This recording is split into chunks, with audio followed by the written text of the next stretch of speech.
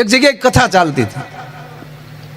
એ સંતનું નામ ભૂલી ગયો, મહાન સંત હતા પોતે. એમની પોતાની કથા ચાલતી હતી, રામકથા. અને એ જ આજુબાજુના કોઈ ગામનો એક મુસલમાનનો દીકરો, ગરીબ માણસ, કોઈ સપોર્ટ કરે નહીં એટલે મગજે ફરી ગયેલો. પણ કથા જોઈ એટલે એમ થયું કે આ કથામાં જાઓ, અને જ્યારે કથા બપોરે પૂરી થાય એટલે ભોજન તો હશે જ. મૂળ બિચારો ઝપટ કરવા હાટું બેઠેલો. પણ ઓચિતા કથામાં લઈ સ્વામીજી એક વાક્ય નીકળી ગયું બાબુ, કે ભગવાન કોઈને ભૂખ્યો સુવડાવતો નથી. નરસિંહ મહેતાનું પદ ગાયું ભાવમાં આવીને, વાલો મારો આપે સૂતાને જગાડી, ઓલાને પીન ન્યા ચોટી ગઈ. બે વાર કીધું ઈ ન્યાલી વક્તાએ કે રામ કોઈને ભૂખ્યા હુવડાવતા નથી, ભગવાન હુતાને જગાડ. હા, જગાડે બધાને 100% ભૂખ્યા, પણ કોઈને ભૂખ્યા સુવડાવતો નથી. એ જગાડીને ખવડાવે ખરો. અને એણે નક્કી કરી લીધું કે આ જો ભગવાન મને જગાડીને ન ખવડાવે, સવાર સુધીમાં આવ્યો તો ઝપટ કરવા પણ જમવું નથી, અને ભગવાન મને જો જગાડીને ન ખવડાવે તો સવારમાં આવી અને આ જે બાપુ જે બોલે છે એનું રિપેરિંગ કરવું છે. આવી રીતે ગલોંદા મારો છો,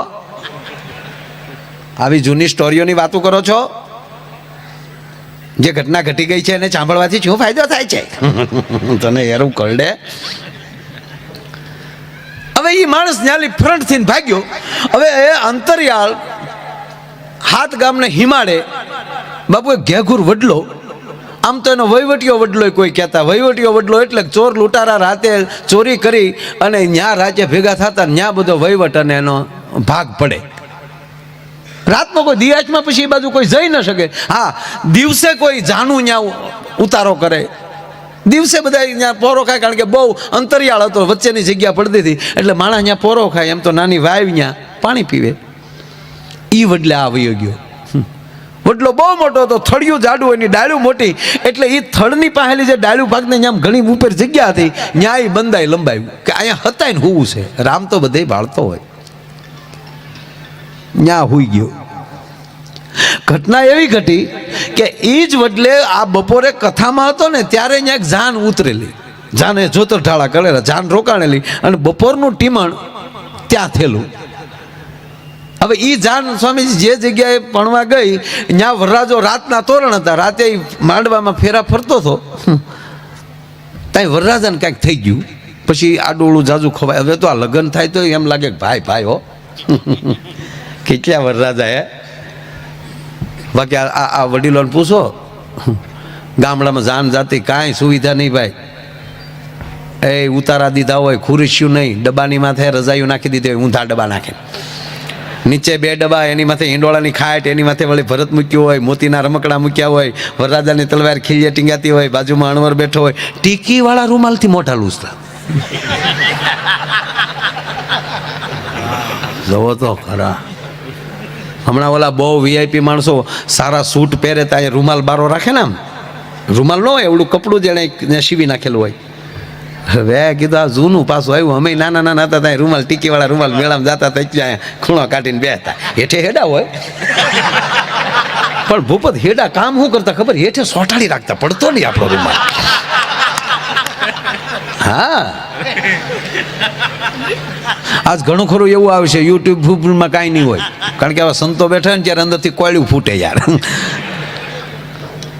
ખરેખર નથી આ બધી ફેશનો આવી. આ અત્યારે ફાટલા જીન્સ પહેરે ને, પેન્ટ નવી ફેશન, એ જોઉં ને સ્વામીજી હું ગાડીમાં બહુ રહું છું, કારણ કે આપણને ખબર નહોતી કે આવડી ફેશન આવશે. નકર આપણા મરી ગયા થીંગડા મારી મારી નો હાશવી રાખત અત્યાર સુધી. આવ્યા થીંગડાવાળા, આવ્યા થીંગડાવાળા આવ્યા. ઓહો, આપણા ગામમાં ઓલા કારીગરને કાપતા ન આવડતું, તાહળી કટ કહેતા, ફેશન ના આવી. કૂતરા કટવાળ આવ્યા. હા, ઓલો કોઈ કૂતરા ન હોય, એક કાનું હેઠો ને એક કાનું ઊંચો, એવા કૂતરા ગણે. એક પેલી ઠામુકાની ને એક પેલી વાળ ને, સારું કેવું આવ્યું. ઓહો હો મારા આ તો આપણે સાંભળી લો કે નથી ચાલુ કર્યું, બાકી લખી નાખીએ ને કે ઉત્તમ પ્રકારનો ખોળ અહીં મળે છે અને આ ખોળ ખાવાથી પગના તળિયા બળતા બંધ થઈ જતા. આ દુનિયા ખોળ ખાય એમ છે ડોયા. આયુર્વેદિક છે ને તો ખાવું છે. હું આયુર્વેદિક, તમારો વિકલ્પ તમારી પાસે જ છે, તમને બીજું કોઈ સારું નહીં કરી શકે. ભગવાન ભાગવતમાં બેઠા છે ત્યારે સ્વામીજી યાદ આવે ભગવાન કૃષ્ણની સામે અર્જુને હથિયારનો ઘા કરીને બેસી ગયા અને કીધું મારામાં નથી લડવું. તો કૃષ્ણ કહી શકતા હતા તારો મોટો ભાઈ ધર્મરાજ ઉભો છે, પૂછી લે, તારા પરિવારને પૂછ જા, યોગ્ય લાગે તો કહેજો, નહીં તો હું પછી નીકળું. આ કઈ ખોટું ડ્રાઇવિંગ નથી લીધું મેં. નહીં અર્જુન, તારે જ કરવાનું છે. એનો અર્થ આપણા જ પગે હાલવું પડે. કિલોમીટર સરકારે લખ્યા છે, કાપવાના આપણે છે. અહીંયા બોર્ડ માર્યું હોય 218 કિલોમીટર અમદાવાદ, અને એને ભૂસીને તમે જીરો કરી નાખો તો અમદાવાદ ના આવે સાહેબ. એ તો બુદ્ધિનો પ્રયોગ કર્યો. કાપવા કિલોમીટર તો આપણે જ પડે. અને કોણ કરી શકે? તમારો સદગુરુ. તમારે અંદર કોઈ જો પાવર આપતું હોય તો એ તમારો સદગુરુ જ આપે. એનાથી બહુ સારો ફેર પડે. વાત આ મૂળ વાત હાલે છે. એટલે લગ્ન હારા છે અત્યારે. પેલા સુવિધા હતી જ નહીં ગામડામાં. જાનગી હોય ને એ ઉતારે બધા બેઠા હોય, એમાં વળી બેનો પાછા વળી ગીત ગાતા ગાતા આવે વરરાજાને જોવા. લીલી પીળી લેટ કરો, મારે ઘુઘુ જમાઈને જોવા છે, કાળા છે કે આપણા ભાગમાં છે એવો આવ્યો છે બાપા. આપણા પોઈન હવે કાંઈ લીલી પીળી લેટ કરોમાં. અને એ ટોળાની અંદર જે દીકરીના લગ્ન હોય એ છુપાઈ રીતે એ દીકરી પણ એમાં હોય. અને એ મગ અને મીઠું એ આમ ઉડાડે, સુકન કરવા આવે, એને વધાવે. હવે મગ તો સુકન ના કહેવાય, પણ હારો મીઠું હું કામ ઉડાડે ને એ હજી ખબર નથી પડી. એ રિવાજ વયોજોગ છે એ મને નથી ખબર, પણ હારે મીઠું ઉડાડતા, નમક એ ઉડાડતા. એટલે સંજયભાઈ આ મગ તો સુકન નાખ, પણ મીઠું શું કામ? ત્યારે અત્યારે એવું થાય કદાચ એમ કહેતી હોય કે તારામ નહીં હોય તો મારા તરફથી હાલે. એમ જોવા ગયેલા ને ત્યારે એવી રીતે. એટલે એમાં એની બેનપણી વરરાજાને જોયો ને તો અર બેન તારો વર તો હાવ ગઢો છે, ઉંમર ખાઈ ગયેલો ગઢો કીધો ને વરરાજો સાંભળી ગયો. હાન મયાન માલી તલવાર કાઢીને મીડ્યો હમણાં, આવે રામો પીર બાપા આવે રામો.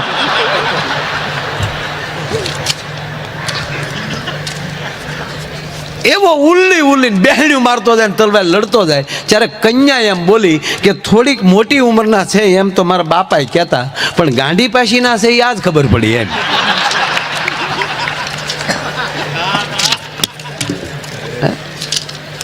ખરેખર આમ કેવા કેવા જાન જાતિ સાહેબ, બળદગાડામાં જાન જાતિ. મેં કીધું એમ આવો ઉતારે બેહી ગયો. અરે જેના દીકરાના લગ્ન હોય એના 8-8 દિવસ તો ગામમાં વાના ખાવા લઈ જતા. આજ અમારી ઘરે વાનો ખાવા આવજો એટલે વળી એને ત્યાં જમાડે. હારે વળી એક મારી જેવો મફચ્યો હારે ગયો હોય, ભાઈને રચ આપજો, કેરી ઘોળીને ખા. તાવળી બીજો બાજુ બેઠો બેઠો શું કે ભાઈને રચ નહીં ફાવે. વરરાજો તો કેટલું માન થઈ જાય, ભાઈ રચ નહીં ખાય. તારો ડોહો આ રસ નહીં ખાય એમ ગોઠલા હોતી કેરી ગળી જતો ડોહા. હા તો એ વરરાજો છો એટલે આને પ્રેમથી બેહાડવો પડે. પણ આવા રિવાજ હતા બહુ સરસ. અને પછી જમી લે, પછી એ ઘરની દીકરીઓ બેન એના હાથમાં શ્રીફળ આપે અને પહ ભર્યો કે, અને માથે કપડું રાખે. વરરાજો વળી એક હાથમાં નાળિયેર હોય ને એક આછે આમ તલવારથી વળી ઓલું કપડું ઊંચું રાખ્યું હોય, અને વળી પાછા ઢોલ આગળ વાગતો જાય. ઘર સુધી બાયું ગીત ગાતા ગાતા મૂકવા જાય. આવું 8 દી મૂકા લે. હા, કોણે તારા નાળિયેરા શણગાર્યા ને કોણે તારો પહ ભર્યો રે. એક જણા આમળામ લઈ જતા હતા ને એમાં પોલીસ આવીને એ પોલીસે ઉપાડ્યો. બોલો કે આ ડંકીનો પાઇપ સોરીને આવેલો છે. વાહે બાઈઓ ગીત ચાલુ કર્યા. પાડોહી તારા નાળિયેરા શણગાર્યા ને પછી પોલીસે તારો પહ. પણ આવા લગ્ન ટૂંકમાં આ તો વચ્ચે અમથો આનંદ કરું, પણ આવા ઉતારા થતા 8 દિવસથી વાના ખાધા હોય, પછી વરરાજાને પીઠી ચોળાય ત્યારે જ ઘર આખું ફરતું બેન કીધે તારે માંડવામાં બોલવાનું જ નહીં, તારા વરરાજાને મોઢે ભાર હોય, અણવરને ઈશારો કરી દેવાનો જ્યારે તારે જે કામ હોય અણવર ઈ હાટું રાખ્યો હોય, તારે નહીં બહુ બોલવાનું. હવે વરરાજો બોલવાનું નહીં, ઉતારે પગ્યો હોય, એમાંય બધા વાના ખાઈને આવ્યો હોય, પેટમાં ક્રૂ ચાલુ થાય, અને ત્યારે એ ત્યારે અમુક આવા ગામડામાં ઉતારે ટોયલેટ બાથરૂમ ન હોય, એ વળી પાછો વરરાજો અણવરને કોણી મારે એટલે અણવર આમ સામું જોવે એટલે અણવર વરરાજો ઈશારો કરે ડબલું ડબલું, એ વળી અણવરના હાથમાં એક ટીકીવાળો રૂમાલ હોય ને એ વળી આમ ડબલા ટીંગાતા હોય. મુકા ઉતારો જેનો હોય ને એ 20 ડબલા તો નવા લાવતા. હા લે કાંઈ દાંત કાઢીને વાત નથી કરતો, આમાંથી પસાર થયેલા છે આપણે, ભાગશાળી 2 યુગ જોવા મળ્યા. ફાનસ રાખીને ભણ્યા છે ને એસી રૂમમાં બેઠા છે, 2 યુગ જોવા મળ્યા. હ અમારે અલંગમાં અલંગ નવું આવ્યું ને ત્યારે અમારા ગામડામાં કોઈ ઘર એવું ન રહ્યું સ્વામીજી કે અમે 80 વગરના હોઈએ. હો બહુ ત્યાં નીકળતા 80 હજી નીકળે, અને એ સીપમાં બોટમાં રહ્યા હોય અને ખારા પાણીની ભેજમાં રહ્યા હોય તો એના પતરાને કાંઈ ન થાય, એટલે મટીરિયલ સારું હોય એટલે આપણા ભીતળામાં તો કોઈ દે એને કાંઈ થાય જ નહીં. પણ એવડા લોકો શું કરે મજૂર, એ ખોલતા હોય ને એટલે આગળનું જે ફાઈબરનું પ્લાસ્ટિક જે એનો શો હોય ને ફર્નિચર એ તોડી નાખે, એટલે 2 કોઈ 80 હરખું થઈ જાય ને ભંગારના ઢીકલા મૂકી દે. પછી રાતના નોખું તારવી અને સસ્તા ભાવમાં ડાયરેક્ટ વેચે, એટલે ગામડાવાળા ન્યાલી લઈ આવે. તો એક જણો લઈ આવ્યો ને તે ઊંધું ફીટ કર્યું, હે ભીતળામાં કોશ્યું માર્યું, નળિયાની હેઠે પ્લાસ્ટિક મારી દીધું, કલતાન આપણા ખાતરની થેલીયું ના, પણ અવળું ફીટ થયું. સાલું કર્યું ને તો ઘરમાં વરાળ આવે, અને ગામના ભાભલા પસવાડે ખાટલા નાખીને બેઠા કે અહીંયા ટાઢા હેડા આવે કાંઈ.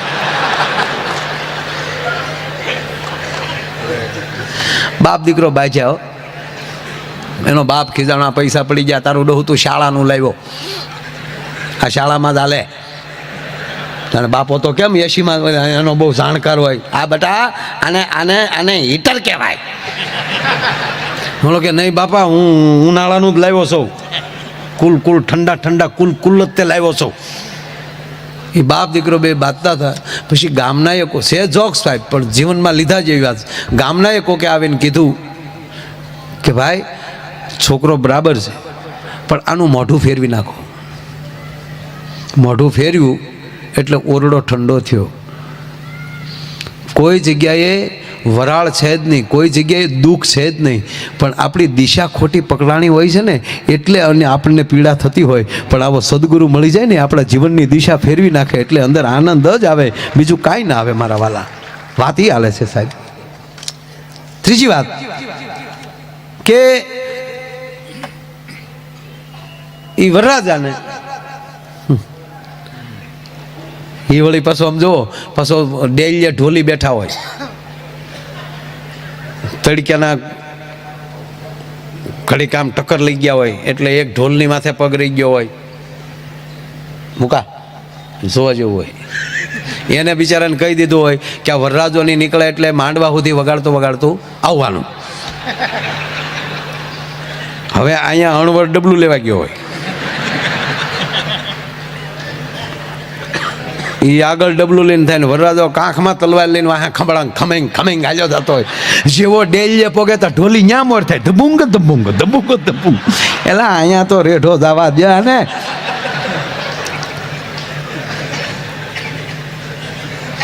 ટૂંકમાં એ વડલા હેઠે જાન રોકાણેલી. હવે એ વરરાજો માંડવે હવે કદાચ ખાવા ફેર થયું જે કાંઈ થયું હોય પણ એને માંડવામાં તકલીફ પડી એટલે તરત ત્યારે જે કોઈ હતા ત્યાં ભુવાને બોલાવ્યા અને જોવામાં આવ્યું એટલે વરરાજો ધૂણ્યો, કોણ છો? કે હું એક નથી 9 ઘરા છે, અમે 9 વળગ્યા છે. ક્યાંથી વળગ્યા છો? વડલેથી. વળગવાનું કારણ કે ત્યાં તમે બધાય જમ્યા અને અમને ન જમાડ્યા. ભુવાએ દાજથી કીધું ભૈયા દેજો નહીં તો મારી નાખે. ભૈયા કેમ જાય, ભૂખ્યા ન જાય. એટલે ભુવાએ કીધું કે આને ખવડાવી ગયો. 9 થાળી સ્વામીજી તૈયાર કરી. સત્ય ઘટનાનો પ્રસંગ છે હો સાહેબ, કોઈ જોક્સ નથી. આ 9 થાળી એની ઉપર તૈયાર કહેવાય કે આખી આખી જે હતી 9 થાળી તૈયાર કરી અને 9 થાળી વરરાજાની માથેલી ઉતારી અને 15 જણાને કીધું કે જાઓ વડલે મૂકી આવો. 15 જણા ભેગા થઈને રાતે વડલા હેઠે મૂકી આવ્યા. ઉનાળાનો સમય હતો, વૈશાખના લગ્ન હતા. એ મૂકીને જ્યાંથી પરત થયા ત્યાં આજુબાજુના ગામમાં ક્યાંય ચોર ગયા છે. ચોર ભાગ પાડવા માટે રાતે અડધીક રાતને ટાણે એ વડલે આવ્યા. તો વડલે જે આવ્યા હતા થાળીઓ 9 તૈયાર પડેલી કે ઓહો આપણા માટે જમવાનું તૈયાર. કોક જાય બિચારાને ભૂલી ગયા લાગે. ચોરનો નાયક હતો, એને કીધું ખબરદાર કોઈ ડ્યા તો ડોવું કોક ઝેર નાખેલું છે તો ગોટો વળી જાવ. થાળીઓ જોઈએ ને તો સ્વામીજી ડાળજી હહેકી હતી, થોડી ગરમ હતી, શાક થોડુંક ગરમ હતું. એ કે પણ હમણાં તાજું જ કોકે મૂકેલું છે એટલે આમ કોઈક હોવો જ જોવે. આપણે મારી નાખવા હાટું જ કોઈક ગમે આ કર્યું ગોતો. બચ્ચું કરીને ગોતતા હતા ત્યાં ઓલો વડલામાંથી જડ્યો. ઓલો વડલામાંથી હૂતેલો એ આવડો આવ્યો. ઉતરે હેઠો તર. એ કે ભાઈ મને હુવા જોઈએ ભાઈ. હેઠો ઉતાર હાલ ને હુવાનો દીકરો થતો થાળીઓમાં ઝેર નાખી નાખીને પાછું હુઈ જાવ. હાલ તું જ ખાવે ખા. એ કે ભાઈ પણ મને ભૂખ ના. ખા એમ કીધું ને. એ કે ભાઈ કીધું ને મને ભૂખ નથી લાગી. ખા. 9 થાળીમાં જેટલી આઈટમ હતી થોડી થોડી બધી ખવડાવી. પછી તો બિચારો ઢમઢોલ છો. પછી પાણી પાયું. હવે ખવડાવો ને ચોરને કે તો તમારા બાપ મરે. હું નહીં હવે નકર આમાં કાંઈ નહીં હોય ને તોય હું મરી જાય તો તમે ભૂખ્યા રહો પાછા. પછી બેઠા. અડધો કલાક થઈ. અડધો કલાક પછી આવડા ચોરે પૂછ્યું કે તને કાંઈ થાય? શું થાય? તાક મને એટલું થાય કે સવારે જઈને ઓલા સંતના પગ પકડી લેવાનું થાય. હું એવા હઠથી બેઠો છો કે મારો રામ મને જગાડીને ખવડાવે તો જ આજ ખાવું છે. એના શબ્દ એવા હતા કે તો હુતાને જગાડીને ખવડાવે. આજ મને હુતાને જગાડી અને જો અંતરિયાળ ખવડાવતો હોય તો એક મુસલમાનનો દીકરો એક સદગુરુનો શબ્દ સાચો માની જતો હોય તો તમે હિન્દુના દીકરાથી ચોર્યું કરો છો. તમને તમારા ભગવાન ઉપર ભરોસો નથી ભલામણ. અને આખી ટીમ સવારે ગઈ અને એ સંતની દીક્ષા લીધી, એની કંઠી બાંધી અને સાહેબ એને પહેલી જ એક દુહો લખી નાખ્યો આ મુસલમાનના દીકરાએ. અજગર કરે ને ચાકરી, પંછી કરે ને કામ, દાસ મલુકા યુ કહે સબકા દાતા રામ. જો એને લાગી એટલે સુધરતા વાર નથી લાગતી. વાત ઈ હાલે છે ભલા માણસ.